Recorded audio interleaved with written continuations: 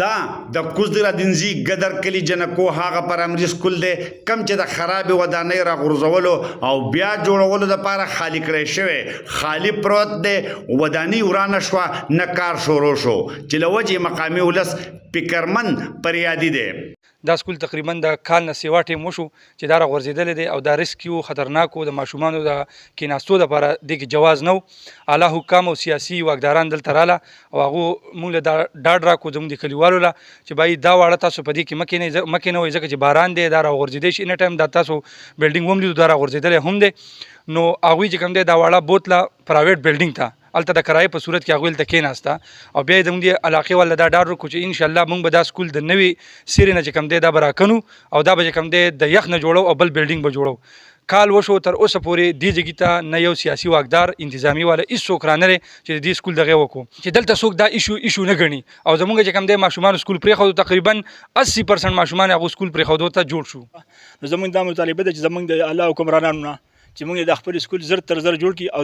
دوه چته بلډینګ جوړ کړي زموږ د ماشومان ډېر دي په دې کې راضي نه او چې دا ښایسته سکول موږ جوړ کړي زموږ دغه مطالبه ده د کلي د 19 د وینا تر مخه د جنکو ګورنمنت پرایمري سکول ګدر ماشومانو جنکو ته سبق ویلو دپاره د مقامي ایم پی ای په وینا د کرایې کور اخیستی شوی چې د کلي نه د لرېوالي په وجه اکثره ماشومان سکول ته تک پرېښودی دی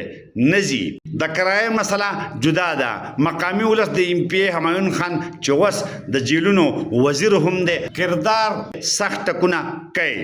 نو زموږ کوم مشران چې دي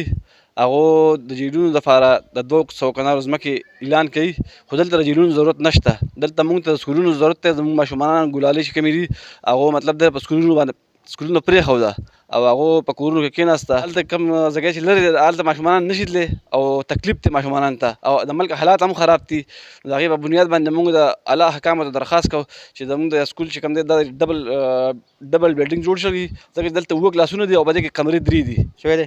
زموږ سره دوی دغه کوي چې دا به موږ په 2 میاشتو کې جوړو دننه په کرایې باندې بلډینګ نیول اول د هغې کرایې چا نه ورکوله اوس د کرایې دپاره یو کال دغه وکړو چې د یو کال به موږ کرایې ورکړو هغه کال هم د پوره کېدو والا دی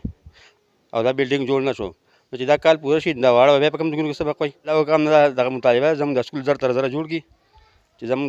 دغه دلته بحال شي د جنکو ګورنمنت پرایمري سکول ګدر جوړېدل د وخت ضرورت دی چې وداني ورانول نه نو خالي کولی ولې کار پکار دی د جنکو پرایمري سکول ګدر یو نیم کال وشو چې خالي شوی دی او د دې په مقابله کې ماشومان یو بل بلډینګ ته په کرایه باندې منتقل شوي دي دا فیصله د مقامي ایم پی ای په مرضۍ شوې وه خو یو نیم کال تیر شو سکول جوړ نه شو او نه پې کار شروع شو جیلونه جوړول ضروري دي که سکولونه دا فیصله دی ولس وکړي محمد اسرار خیبر نیوز ګدر کوزدر